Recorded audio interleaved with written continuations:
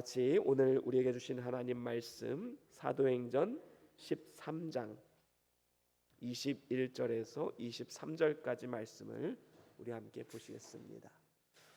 사도행전 13장 21절에서 23절입니다. 우리 다 같이 한 목소리로 함께 합독하시겠습니다. 시작.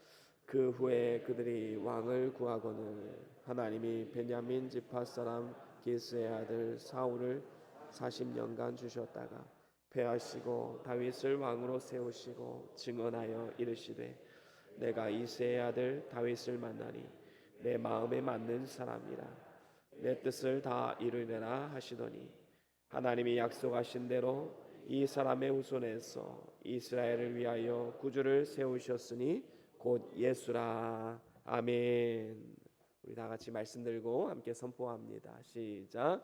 주의 말씀은 내 발의 등이요 내 길의 빛이 되십니다. 주여 말씀하옵소서. 주의 종이 듣겠나이다. 아멘. 아멘. 예, 오늘은 사도행전 13장 21절에서 23절 말씀으로 하나님의 마음에 맞는 사람이란 제목으로 말씀을 전하길 원합니다. 제가 목이 상태가 별로 좋지가 않습니다. 그래서 소리가 조금 작게 내더라도 양해를 좀 부탁드리겠습니다.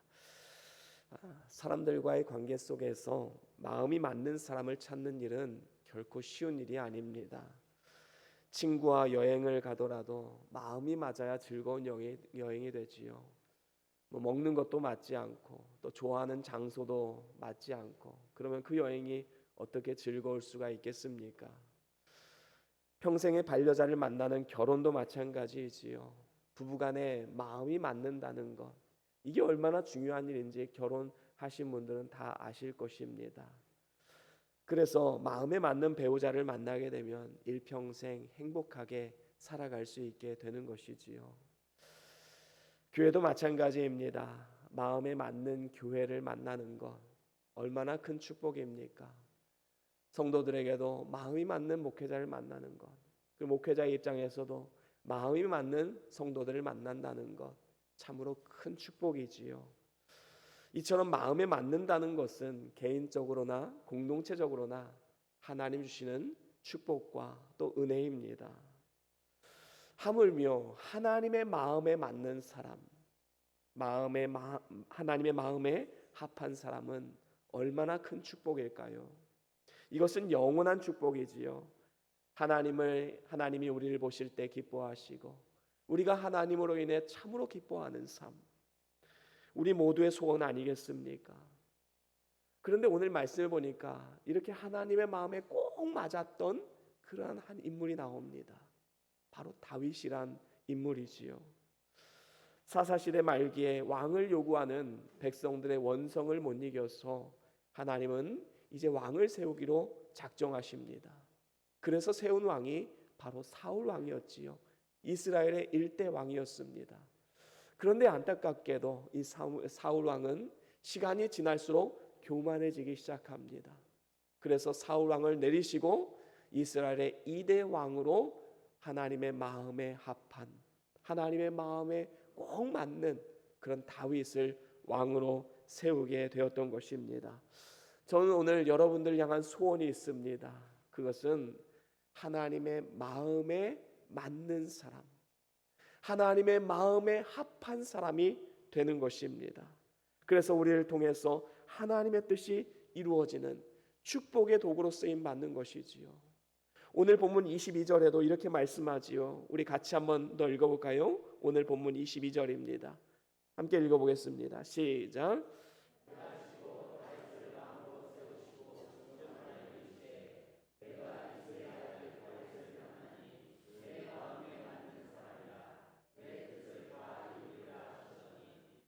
아멘. 그렇습니다. 내가 이새의 아들 다윗을 만나니 내 마음에 꼭 맞는 사람이라.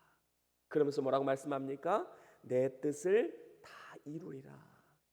여러분, 하나님의 마음에 꼭 맞는 사람은 이러한 축복이 있습니다. 하나님의 뜻을 이루게 됩니다.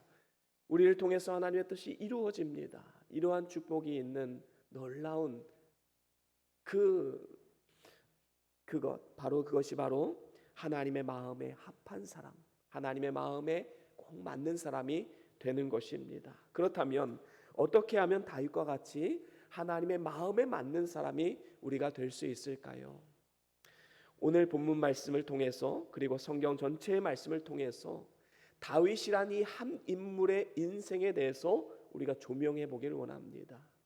그렇다면 우리가 하나님의 마음에 맞는 사람이 되려면 어떻게 해야 될까요? 첫 번째로는 우리가 겸손의 사람이 되어야 합니다.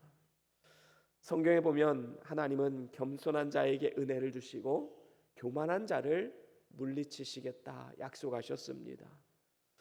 사울 왕은 처음에 왕이 되었을 때 겸손했지만 왕이 된 이후에 계속해서 타락의 길로 걸어가고 교만하게 되었지요. 그래서 하나님께서 사울 왕을 폐하시고 겸손한 다윗 왕을 왕으로 세우게 된 것입니다. 하나님께서 사무엘에게 이새의 여러 아들 중에서 내가 왕으로 세우겠다라고 말씀하셔서 사무엘을 이새의 집으로 보내셨을 때 이새의 집에는 모든 형들, 다윗의 형들이 다 사무엘 앞에 나왔습니다. 어떤 마음을 가지고 나왔을까요? 혹시 내가 왕으로 선택받진 않을까? 다 그런 기대를 가지고 나왔을 것입니다. 하지만 다윗은 거기에 참여하지 않았지요. 다윗에게는 어떤 마음이 있었을까요? 시편 131편에 보면 그 마음이 잘 나타나 있습니다. 우리 같이 읽어볼까요? 시편 131편 1절입니다. 시작. 여호와여 내 마음이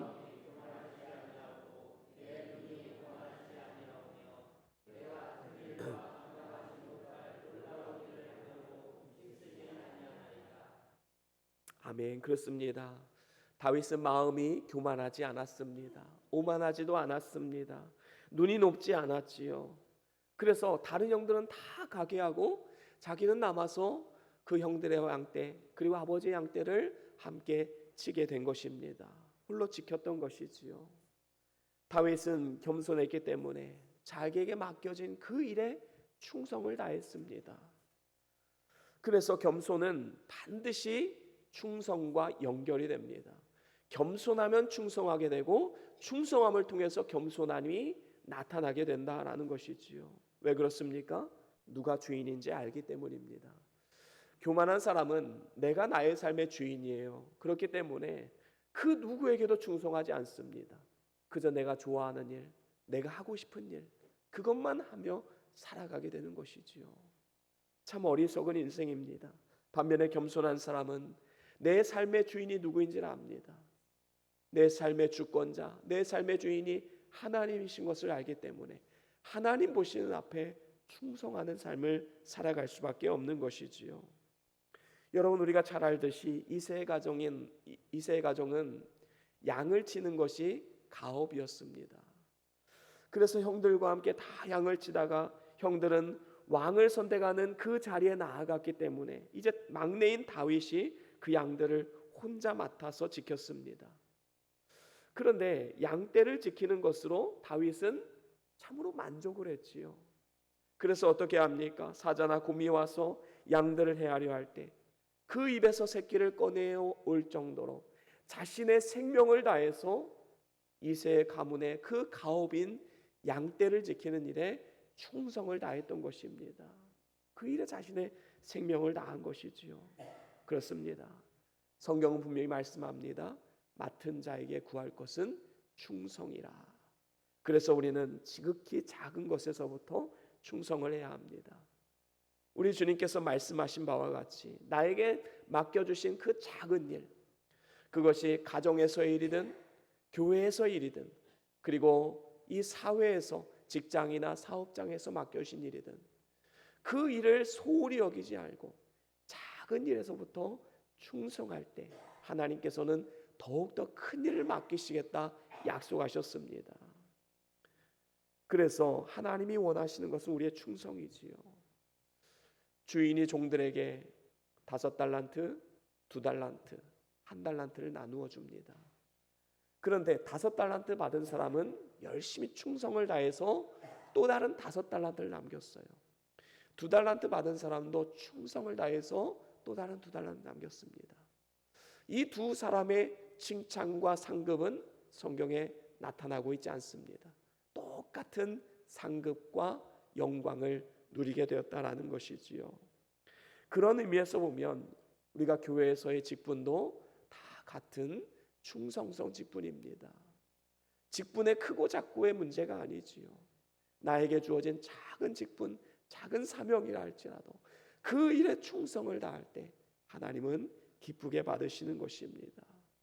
청소하는 사역, 아이들을 가르치는 사역, 구역을 돌보는 사역, 사역부를 맡아 이끄는 사역, 사역원으로서 그 작은 사역을 맡기는 그 일들을 충성스럽게 감당할 때 주님의 몸 된 교회는 더욱더 부흥 발전할 수 있고 우리의 작은 헌신을 통해서 하나님께서 영광 받으시는 것입니다. 그렇기 때문에 하나님이 맡겨주신 그 일이라면 그것이 작은 일이든 큰 일이든 남이 알아주는 일이든 아니면 알아주지 않는 일이든 언제나 한결같은 마음으로 겸손하게 섬김의 자리로 나아가야 될 줄로 믿습니다. 이러한 사람을 하나님께서는 찾고 계시고 이러한 사람이 바로 하나님의 마음에 합한 사람인 것입니다. 그런가 하면 두 번째로는 우리가 믿음의 사람이 되어야 합니다. 하나님께서는 외모를 보지 않으시고 우리의 믿음을 보시고 중심을 보시는 분이십니다. 다윗은 믿음이 있었기 때문에 하나님의 마음에 맞는 사람이라는 평가를 받고 또 선택을 받은 것입니다. 히브리서 11장 6절에 보면 이런 말씀이 있지요. 우리 같이 읽어볼까요? 히브리서 11장 6절 말씀입니다. 다 같이 함께 읽습니다. 시작.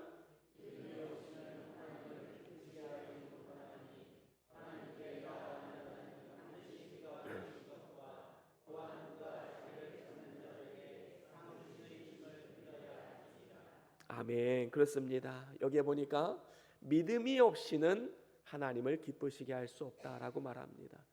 여기서 믿음은 믿음의 행위이지요. 우리가 진정으로 하나님의 마음에 합한 사람이 되기를 원한다면 우리의 믿음이 행위로 증명이 되어야 합니다. 믿음을 통해서 행위가 나오고 행위를 통해서 우리 믿음을 증명하는 삶, 그런 삶이 바로 하나님의 마음에 합한 사람, 하나님을 기쁘시게 하는 사람이다라는 것이지요. 그런 의미에서 볼 때 다윗은 믿음의 행위가 있었습니다. 블레셋의 골리앗은 키가 6규빗 한 뼘, 쉽게 말하면 2m 한 96cm 정도, 지금으로 따지면 너무나도 장대한 그런 거구의 사람이지요. 이 사람이 이스라엘 앞에 나와서 이스라엘과 전능하신 하나님을 모욕을 합니다. 그런데 누구 하나 나서서 싸우려는 사람이 없어요. 이스라엘 백성들은 자신은 하나님을 믿고 하나님의 선민이라는 선민의식이 있었지만 그들의 믿음은 행위로 연결되지 않았습니다. 행위를 통해서 그들의 믿음을 증명하지 못해냈습니다. 하지만 다윗은 어땠습니까? 아버지 심부름으로 형들의 안부를 보기 위해서 전쟁터로 나온 다윗이 하나님을 모독하고 있는 블레셋 골리앗을 보게 됩니다. 그 마음에 의분이 일어나게 되었지요. 그래서 어떻게 합니까? 그가 가지고 있던 물맷돌을 들고 거인 골리앗 앞에 서게 됩니다. 그리고 이렇게 외칩니다. 너는 칼과 단창으로 나오지만 나는 만군의 여호와이신 하나님의 이름으로 나아간다. 믿음으로 선포하고 물맷돌로 골리앗의 이마를 맞춥니다. 그리고 골리앗을 단칼에 쳐서 목을 떨어뜨리지요. 여러분, 이 모든 것이 어디에서부터 나왔다고 생각하십니까? 바로 다윗의 믿음에서 나온 행위인 것입니다. 놀라운 하나님의 능력이 그 믿음의 행위를 통해서 나오게 된 것이지요. 여러분의 삶을 돌아보십시오. 우리의 삶에 있는 걱정과 근심, 두려움과 공포, 과연 어디에서 나오는 것일까요? 그 원인을 깊이 따지고 들어가 보면 바로 믿음이 없음에서 나오는 것입니다. 우리가 예수님을 믿는다 말하면서 그 믿음을 통해서 나오는 행위가 나타나지 않는 삶, 하나님이 기뻐하지 않습니다. 내게 능력 주시는 자 안에서 내가 모든 것을 할 수 있다 말한 사도 바울의 고백과 같이, 그리고 만군의 주 여호와의 이름으로 나아왔던 다윗의 그 믿음처럼 우리는 세상 가운데 담대히 나아가야 될 줄로 믿습니다. 바로 이것이 하나님을 기쁘시게 하는 길이고 또 하나님의 마음에 맞는 그러한 사람의 삶의 자세인 것입니다. 그런가 하면 세 번째로는 의리의 사람이 되어야 하나님의 마음에 합한 사람, 하나님의 마음에 맞는 사람이 되는 것입니다. 여러분, 의리라는 것이 무엇입니까? 의리는 사람으로서 지켜야 할 옳은 도리를 가리킵니다. 하나님은 의리의 사람을 기뻐하시고 의리의 사람이 하나님의 마음에 맞는 사람입니다. 다윗이 바로 이러한 의리의 사람이었지요. 다윗은 비록 자신을 해하려고 하는 그 사울일지라도 그는 칼을 칼로 대적하지 않았습니다. 사람에 대한 의리를 지켰지요. 사울이 누구입니까? 하나님께서 왕으로 기름 부은 사람입니다. 뿐만 아니라 개인적으로는 다윗의 장인이었지요. 그래서 사람에 대한 의리를 지키기 위해서 사울 왕을 죽일 수가 없었습니다. 반면에 사울 왕은 어떻습니까? 다윗에 대한 시기와 질투로 인해서 일평생을 다윗을 죽이는 일에 몰두하면서 시간을 허비하는 삶을 살았습니다. 참으로 어리석은 삶 아니겠습니까? 이러한 상황에서 다윗은 사울을 죽일 수 있는 두 번의 기회가 있었습니다. 한 번은 엔게디 황무지에서였지요. 다윗과 그 부하들이 이제 굴 속으로 숨어들었을 때 사울이 다윗을 죽이기 위해서 군사들과 함께 왔다가 굴 속으로 용변을 보기 위해서 들어오게 됩니다. 아주 절호의 기회 아닙니까? 그런데 다윗은 어떻게 합니까? 사울을 죽이지 않고 사울의 옷자락만을 자르게 됩니다. 그런데 그 옷자락만을 자른 것만으로도 다윗은 너무 마음을 아파했어요. 뭐라고 말합니까? 사무엘상 24장 5절 6절 말씀 우리 같이 읽어볼까요? 사무엘상 5절과 6절 말씀입니다. 시작.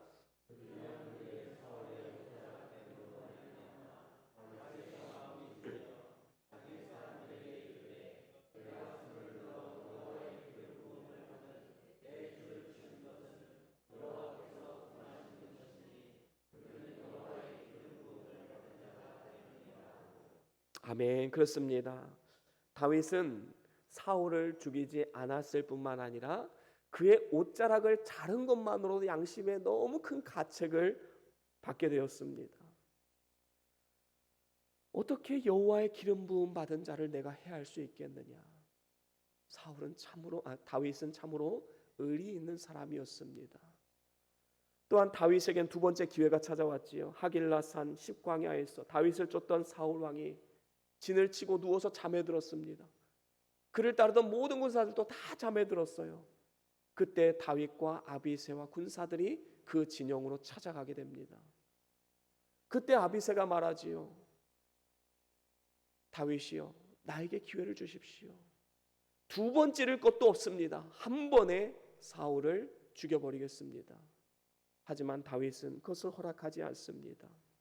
하나님이 기름 부어 세운 종을 내가 어떻게 내 손으로 그를 해야겠느냐 하면서 거절을 했지요. 그리고 머리 곁에 있던 창과 물병만을 가지고 돌아왔습니다. 이처럼 다윗은 참으로 의리가 넘치는 사람이었습니다. 요나단을 향해서도 마찬가지입니다. 요나단은 사울의 아들로서 다윗과는 아주 절친한 친구였지요. 자기의 생명보다도 더 사랑한 다윗과 요나단이었습니다. 그런 요나단이 아버지 사울과 함께 전장에 나갔다가 죽음을 맞이하게 됩니다.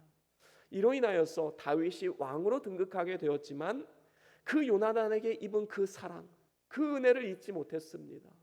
내가 어떻게 하면 그 은혜를 보답할 수 있을까? 그래서 어떻게 합니까? 요나단에 혹시라도 있을 후손이 있느냐? 그래서 찾아보니까 이 무비보셋이라는 사람이 있는 겁니다. 달을 저는 절름발이었어요.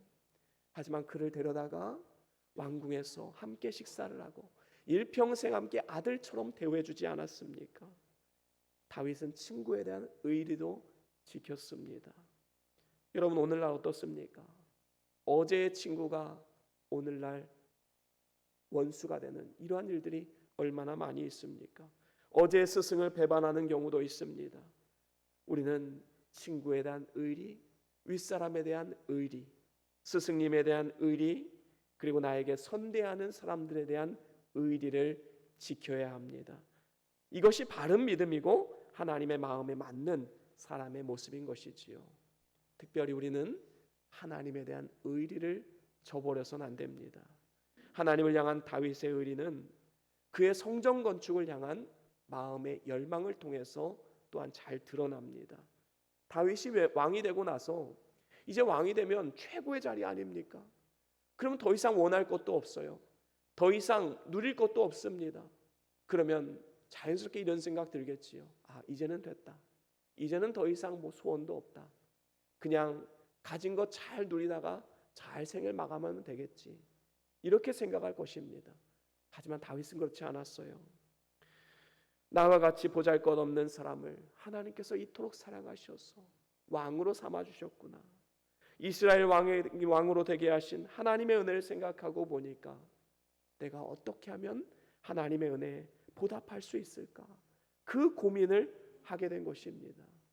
그러고 나서 생각한 것이 하나님의 성전을 짓고 싶다라는 거룩한 열망이 생기게 된 것입니다. 그래서 나단 선지자에게 이렇게 말을 하지요. 사무엘하 7장 1절과 2절 우리 같이 읽어보겠습니다.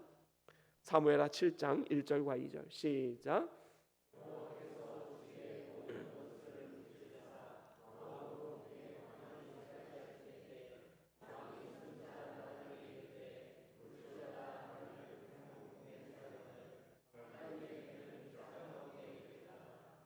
아멘. 그렇습니다. 자신은 왕으로서 지금 백향목궁 정말로 멋지고 아름다운 궁에서 지금 살아가고 있는데 하나님에게는 여러 우여곡절 끝에 지금 돌아왔는데 이 예루살렘의 성막 그리고 휘장 안에 그 법궤가 놓여 있다는 것이 너무나도 마음이 아팠던 겁니다. 그래서 하나님, 내 일평생의 소원, 하나님의 궤를 모셔놓을 하나님의 성전을 짓게 해주십시오. 그 마음을 가지고 나아갔지요. 하지만 하나님은 뭐라고 말씀하십니까? 너는 피를 많이 흘리고 전쟁을 많이 했기 때문에 내 아들 솔로몬이 너를 대신해서 성전을 지을 것이다 라고 말씀하셨습니다. 비록 다윗 자신이 성전 건축을 직접 하지는 못했지만 그 아들 솔로몬이 성전을 건축할 수 있도록 모든 준비를 힘써 다해 놓았습니다. 금과 은과 모든 은과 녹과 철과 이 모든 것을 다 준비해서 놓았지요. 그렇습니다. 오늘날 우리는 나의 나 된 것은 다 하나님의 은혜인 줄로 알아야 합니다.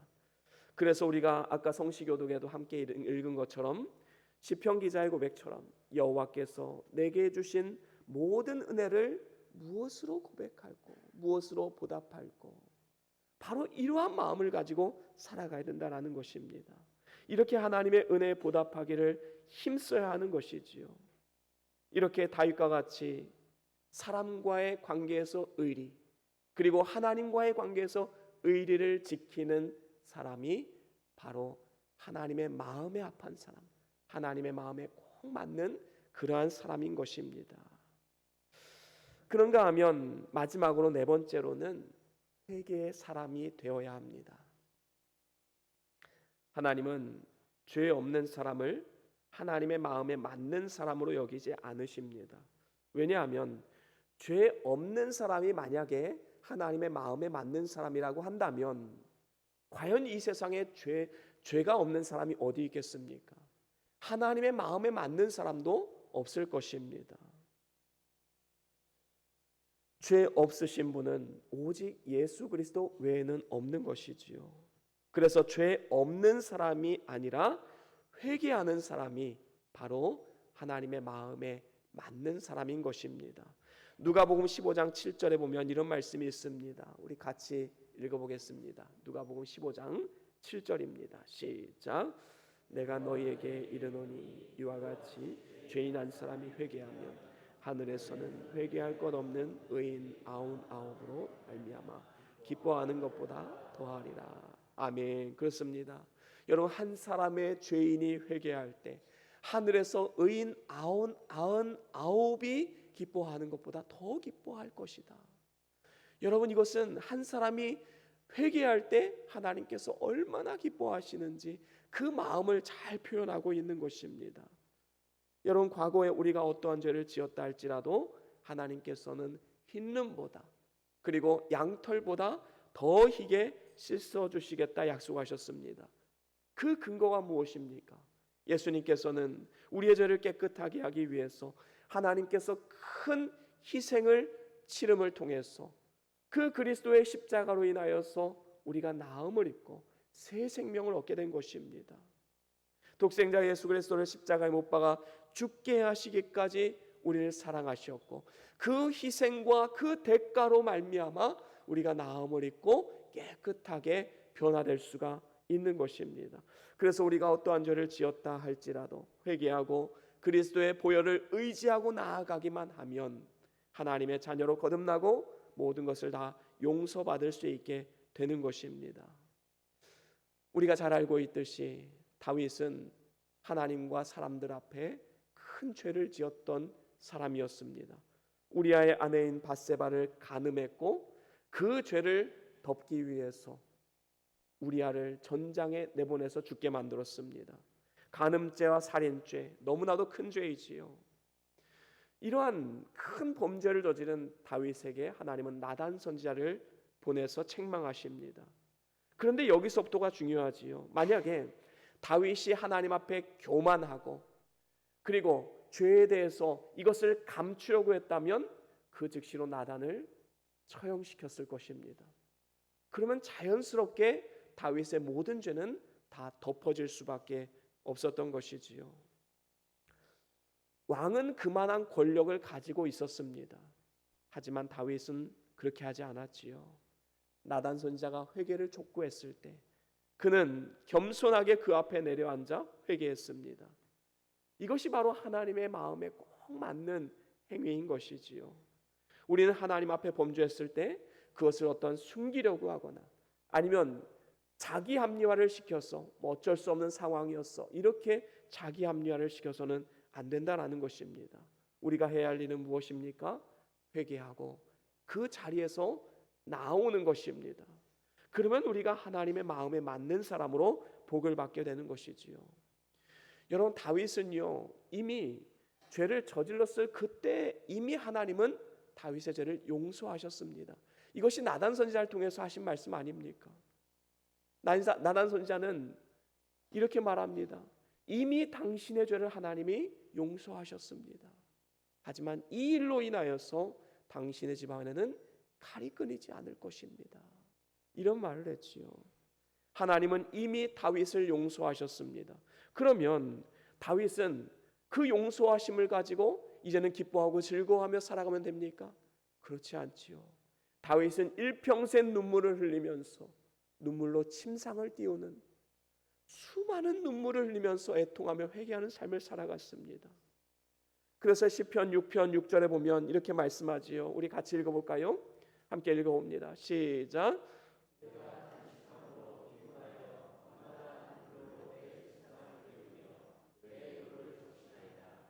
그렇습니다. 다윗은 이미 용서받았지만 날마다 눈물로써 애통하며 회개하는 삶을 살아갔습니다. 그 이유가 무엇입니까? 하나님 앞에 기도하지 않고 실수했던 것, 그리고 하나님을 근심케 하고 탄식케 한 것, 그리고 하나님의 영광을 가리우고 국가적으로 큰 손해를 끼치고 많은 믿는 자들에게 해를 끼치게 된 것, 그리고 더 나아가서 자신의 집안에 나로 인하여서 이러한 징계가 임했다는 것, 이러한 모든 것들 때문에 다윗은 계속해서 뉘우치고 회개하고 애통했습니다. 이렇게 날마다 자신을 돌아보며 회개했기 때문에 그 이후로 다윗은 다시는 그 죄를 범하지 않을 수 있었던 것이지요. 여러분, 진정한 회개는 그저 하나님 잘못했습니다, 하나님 긍휼히 여겨 주십시오, 그걸로 끝나는 게 회개가 아닙니다. 진정한 회개는 순종의 단계까지 나아가고 삶의 변화의 단계까지 나아가야 된다라는 것이지요. 이렇게 진정으로 회개하는 자가 하나님의 마음에 합한 자입니다. 다윗은 그가 회개한 이후로 일평생 동안 같은 죄를 범하지 않았습니다. 이것은 눈물로써 날마다 침상을 띄우고 요를 적셨던 그 다윗 왕의 그 회개를 통해서 이루어진 일 아니겠습니까? 이제 말씀을 마무리합니다. 오늘 하나님의 마음에 맞는 사람에 대한 결과가 무엇입니까? 22절에 아까 본 것처럼 내 뜻을 다 이루게 하리라. 얼마나 복된 말씀입니까? 이 말씀이 어떻게 성취가 되었지요? 23절에 나옵니다. 우리 같이 읽어볼까요? 23절 시작.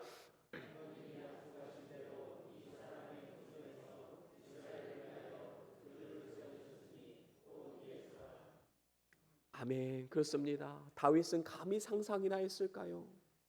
다윗의 씨에서 만주의 주이시고 만왕의 왕이신 예수 그리스도가 태어난다는 것, 바로 하나님은 창세전부터 이것을 계획하시고 다윗의 삶을 이끄셨고 지금까지 인도하신 것입니다.